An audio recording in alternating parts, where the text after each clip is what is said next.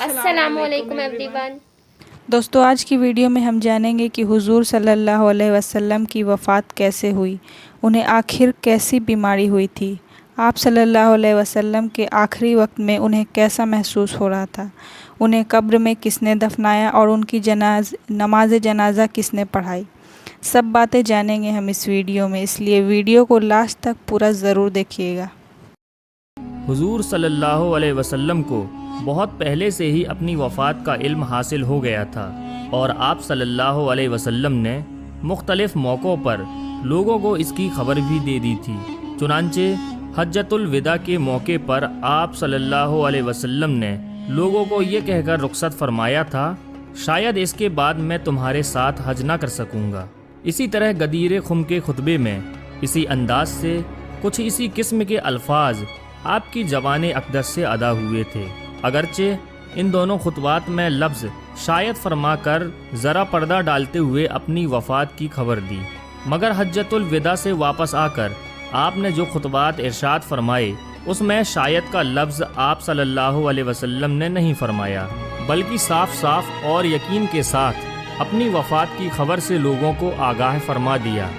چنانچہ بخاری شریف میں حضرت عقبہ بن عامر رضی اللہ تعالی عنہ سے روایت ہے کہ ایک دن حضور صلی اللہ علیہ وسلم گھر سے باہر تشریف لے گئے اور شہدائے احد کی قبروں پر اس طرح نماز پڑھی جیسے میت پر نماز پڑھی جاتی ہے، پھر پلٹ کر ممبر پر رونق افروز ہوئے اور ارشاد فرمایا کہ میں تم سے پہلے وفات پانے والا ہوں اور تمہارا گواہ ہوں، اور میں خدا کی قسم اپنی حوض کو اس وقت دیکھ رہا ہوں، یعنی میں اب تم لوگوں سے پہلے ہی وفات پا کر جا رہا ہوں تاکہ وہاں جا کر تم لوگوں کے لیے حوض کوثر کا انتظام کروں۔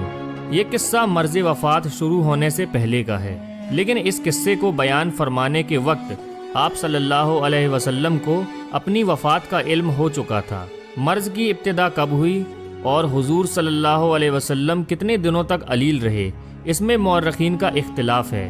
بہرحال 20 یا 22 صفر 11 ہجری کو حضور صلی اللہ علیہ وسلم جنت البقیع میں آدھی رات کو تشریف لے گئے، وہاں سے واپس تشریف لائے تو مزاج اقدس ناساز ہو گیا۔ یہ حضرت میمونہ کی باری کا دن تھا، دوشنبہ کے دن آپ کی علالت بہت شدید ہو گئی۔ آپ کی خواہش پر تمام ازواج مطہرات نے اجازت دے دی کہ آپ حضرت بی بی عائشہ کے یہاں قیام فرمائیں، چنانچہ حضرت عباس اور حضرت علی رضی اللہ تعالی عنہ نے سہارا دے کر آپ صلی اللہ علیہ وسلم کو حضرت عائشہ رضی اللہ تعالی عنہا کے حجرے مبارک میں پہنچا دیا۔ جب تک طاقت رہی آپ خود مسجد نبوی میں نمازیں پڑھاتے رہے۔ جب کمزوری بہت زیادہ بڑھ گئی تو آپ نے حکم دیا کہ حضرت ابو بکر صدیق رضی اللہ تعالی عنہ میرے مصلی پر امامت کریں، چنانچہ 17 نمازیں حضرت ابو بکر صدیق رضی اللہ تعالی عنہ نے پڑھائی۔ آپ صلی اللہ علیہ وسلم کے مرض میں کمی بیشی ہوتی رہتی تھی، خاص وفات کے دن یعنی دوشنبہ کے روز طبیعت اچھی تھی۔ حجرہ مسجد کے قریب تھا، آپ نے پردہ اٹھا کر دیکھا تو لوگ نماز فجر پڑھ رہے تھے۔ یہ دیکھ کر خوشی سے آپ ہنس پڑے۔ لوگوں نے سمجھا کہ آپ صلی اللہ علیہ وسلم مسجد میں آنا چاہتے ہیں، مارے خوشی کے تمام لوگ بے قابو ہو گئے، مگر آپ نے اشارے سے روکا اور حجرے میں داخل ہو کر پردہ ڈال دیا۔ یہ سب سے آخری موقع تھا کہ صحابہ کرام نے جمال نبوت کی زیارت کی۔ اس کے بعد بار بار گشی طاری ہونے لگی۔ حضرت فاطمہ زہرا رضی اللہ تعالی عنہا کی زبان سے شدت غم میں یہ لفظ نکل گیا، ہائے رے میرے باپ کی بے چینی۔ حضور صلی اللہ علیہ وسلم نے فرمایا، اے بیٹی، تمہارا باپ آج کے بعد کبھی بے چین نہ ہوگا۔ آپ صلی اللہ علیہ وسلم بار بار لا الہ الا اللہ پڑھتے رہے اور فرماتے رہے، بے شک موت کے لیے سختیاں ہیں۔ حضرت بی بی عائشہ رضی اللہ تعالی عنہا فرماتی ہیں کہ تندرستی کی حالت میں آپ صلی اللہ علیہ وسلم اکثر فرمایا کرتے تھے کہ پیغمبروں کو اختیار دیا جاتا ہے کہ وہ خواہ وفات کو قبول کریں یا حیات دنیا کو۔ جب حضور صلی اللہ علیہ وسلم کی زبان مبارک پر یہ کلمات جاری ہوئے تو میں نے سمجھ لیا کہ آپ نے آخرت کو قبول فرما لیا۔ وفات سے تھوڑی دیر پہلے حضرت عائشہ رضی اللہ تعالی عنہا کے بھائی عبد الرحمن بن ابو بکر تازہ مسواک ہاتھ میں لیے حاضر ہوئے۔ آپ صلی اللہ علیہ وسلم نے ان کی طرف نظر جما کر دیکھا۔ حضرت عائشہ نے سمجھا کہ مسواک کی خواہش ہے۔ انہوں نے فوراً ہی مسواک لے کر اپنے دانتوں سے نرم کی اور دستے اقدس میں دے دیا۔ آپ صلی اللہ علیہ وسلم نے مسواک فرمائی۔ سہ پہر کا وقت تھا کہ سینہ اقدس میں سانس کی گھبراہٹ محسوس ہونے لگی۔ اتنے میں لب مبارک ہلے تو لوگوں نے یہ الفاظ سنے کہ نماز اور لونڈی غلاموں کا خیال رکھو۔ پاس میں پانی رکھا ہوا تھا، اس میں بار بار ہاتھ ڈالتے اور چہرہ اقدس پر ملتے اور کلمہ پڑھتے۔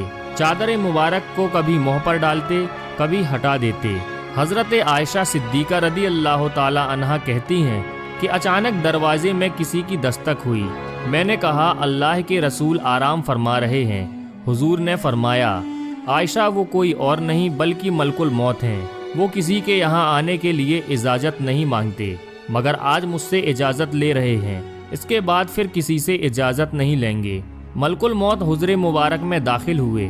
حضور پاک صلی اللہ علیہ وسلم ماں عائشہ کے زانوں میں سر رکھ کر آرام فرما رہے ہیں۔ ملک الموت نے اجازت طلب کی کہ آقا آپ کا حکم ہو تو میں آپ کی روح پاک کو نکال لوں۔ اس وقت حضور صلی اللہ علیہ وسلم نے فرمایا عزرائیل یہ جو نزع کا درد ہے کیا یہ درد میری امت کو بھی دیا جائے گا؟ ملک الموت نے کہا موت سے پہلے ہر ایک کو سکرات سے گزارا جائے گا۔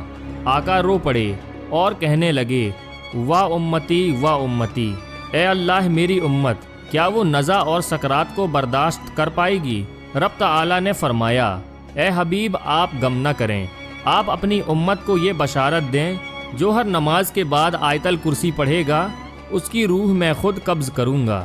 حضرت بی بی عائشہ سر اقدس کو اپنے سینے سے لگائے بیٹھی ہوئی تھیں۔ اتنے میں آپ صلی اللہ علیہ وسلم نے ہاتھ اٹھا کر انگلی سے اشارہ فرمایا اور 3 مرتبہ یہ فرمایا کہ اب کوئی نہیں بلکہ وہ بڑا رفیق چاہیے۔ یہ الفاظ زبان اقدس پر تھے کہ آپ کے مقدس ہاتھ لٹک گئے اور آنکھیں چھت کی طرف دیکھتے ہوئے کھلی کی کھلی رہیں اور آپ کی قدسی روح عالم قدس میں پہنچ گئی۔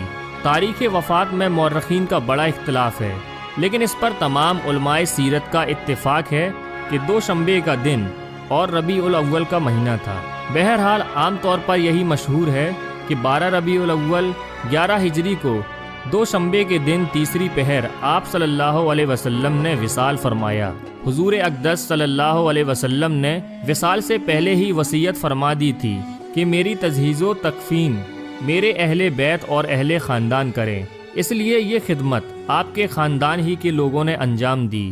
چنانچہ حضرت فضل بن عباس، حضرت قسم بن عباس، حضرت علی، حضرت عباس اور حضرت اسامہ بن زید رضی اللہ تعالی عنہم نے مل جل کر آپ صلی اللہ علیہ وسلم کو غسل دیا اور ناف مبارک اور پلکوں پر جو پانی کے قطرات اور تری جمع تھی حضرت علی نے جوش محبت اور عقیدت سے اس کو زبان سے چاٹ کر پی لیا۔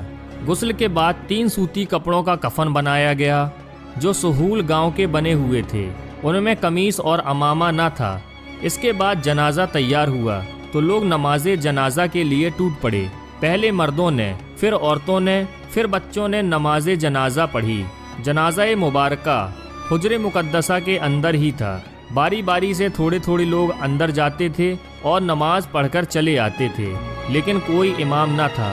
حضرت ابو طلحہ رضی اللہ تعالی عنہ نے قبر شریف تیار کی جو بگلی تھی، جس میں اطہر کو حضرت علی، حضرت فضل بن عباس، حضرت عباس اور حضرت قسم بن عباس نے قبر منور میں اتارا۔ لیکن ابو داؤد کی روایتوں سے معلوم ہوتا ہے کہ حضرت اسامہ اور عبد الرحمن بن عوف بھی قبر میں اترے تھے۔ صحابہ کرام میں یہ اختلاف ہوا کہ حضور صلی اللہ علیہ وسلم کو کہاں دفن کیا جائے۔ کچھ لوگوں نے کہا کہ مسجد نبوی میں آپ صلی اللہ علیہ وسلم کا مدفن ہونا چاہیے، اور کچھ نے یہ رائے دی کہ آپ کو صحابہ کرام کی قبرستان میں دفن کرنا چاہیے۔ اس موقع پر حضرت ابو بکر صدیق رضی اللہ تعالی عنہ نے فرمایا کہ میں نے رسول اللہ صلی اللہ علیہ وسلم سے سنا ہے کہ ہر نبی اپنی وفات کے بعد اسی جگہ دفن کیا جاتا ہے جس جگہ اس کی وفات ہوئی ہو۔ حضرت عبداللہ بن عباس فرماتے ہیں کہ اس حدیث کو سن کر لوگوں نے حضور صلی اللہ علیہ وسلم کے بچھونے کو اٹھایا اور اسی جگہ یعنی حجرہ عائشہ رضی اللہ تعالی عنہا میں آپ کی قبر تیار کی اور آپ اسی میں مدفون ہوئے۔ ہمارے نبی کی شان ہی نرالی تھی۔ اپنے آخری وقت میں بھی وہ اپنے امت کے بارے میں سوچ رہے تھے کہ کیسے بے چینی اور درد مجھے محسوس ہو رہا ہے، کیا میری امت کو بھی ہوگا؟ کیا میری امت یہ درد جھیل پائے گی؟ اس لیے وہ اللہ کے سب سے پیارے نبی تھے۔